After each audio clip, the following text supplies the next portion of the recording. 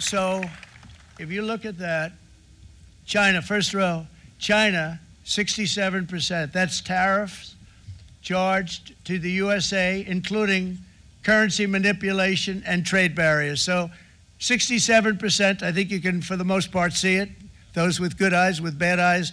We didn't want to bring, it's very windy out here, we didn't want to bring out the big charts because it had no chance of standing. Fortunately, we came armed with a little smaller chart. So it's 67%, so we're going to be charging a discounted reciprocal tariff of 34%. I think, in other words, they charge us, we charge them less, so how can anybody be upset? They will be, because we never charge anybody anything, but now we're going to charge. That's it. That's it. At the same time, we will establish a minimum baseline tariff of 10%. You notice that on the chart. And that'll be on other countries to help rebuild our economy and to prevent cheating. That promise was made, and it was also a promise, as you know, that was kept.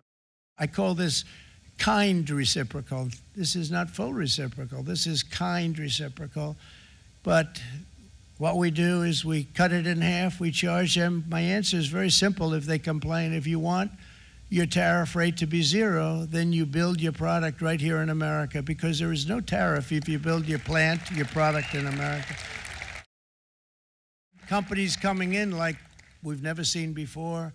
Likewise, to terminate your own tariffs, drop your barriers, don't manipulate your currencies. They manipulate their currencies like nobody can even believe, which is a bad, bad thing and very devastating to us. And start buying tens of billions of dollars of American goods. Tariffs give our country protection against those that would do us economic harm. And many people were looking to do us economic harm. Maybe not so obviously, but they were doing tremendous economic harm. $61 billion started on a big plant going up. But Speaker of the House Mike Johnson and Senate Majority Leader, appreciate it, Mike, John Thune have been fantastic, by the way. But they've been working tirelessly on taking the next step to pass the plan for our One Big Beautiful Bill. I'd like to name it that if you can. One Big Beautiful. I made that statement about 6 months ago, and everybody calls it One Big Beautiful Bill. And it will be that. It'll have everything, the big tax cuts and every incentive there is. Going to set us on a whole new prosperous path. We're going to cut. We're approaching our 100th day as president and have been given credit by a lot of people, actually, even some of the fake news. Can you believe it? Which in this case hopefully isn't fake, for having done more in that time than any other administration in the history of our country in the first 100 days. I think we've had an amazing, in terms of what we've done, what we've gotten accomplished. I'd like to see if we can get that war ended and another war from not starting in the Middle East. That's a nice group of people. But I won't like them so much if they don't get this bill. We're going to make it wealthy, good and wealthy. For decades, our country has been looted, pillaged, raped, and plundered by nations near and far, both friend and foe alike.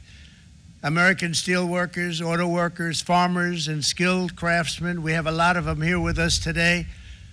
They really suffered gravely. They watched in anguish as foreign leaders have stolen our jobs, foreign cheaters have ransacked our factories, and foreign scavengers have torn apart our once beautiful American dream. We had an American dream that you don't hear so much about. You did 4 years ago, and you are now, but you don't too often, and for many years and decades even, you didn't hear too much about. Our country and its taxpayers have been ripped off for more than 50 years, but it is not going to happen anymore. It's not going to happen. In a few moments, I will sign a historic executive order instituting reciprocal tariffs on countries throughout the world. Reciprocal, that means they do it to us and we do it to them. Very simple, can't get any simpler than that. And I say that, friend and foe, and in many cases, the friend is worse than the foe in terms of trade. But such horrendous imbalances have devastated our industrial base and put our national security at risk. I don't blame these other countries at all for this calamity. I blame former presidents and past leaders who weren't doing their job. They let it happen, and they let it happen to an extent that nobody can even believe. That's why, effective at midnight, we will impose a 25% tariff on all foreign-made automobiles.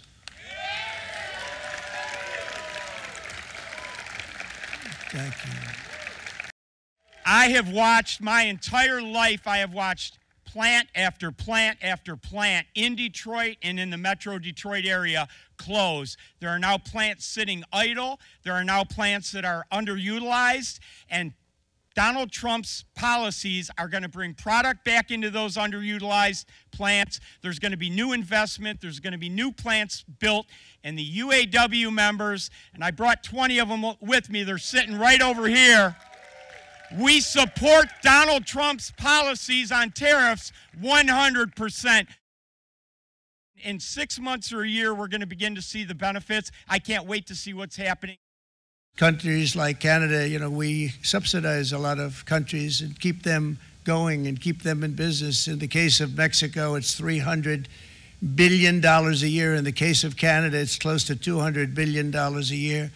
And I say, why are we doing this? Why are we doing this? I mean, at what point do we say, you got to work for yourselves and you got to, this is why we have the big deficits. This is why we have that amount of debt that's been placed on our heads over the last number of years, and we're really not taking it anymore.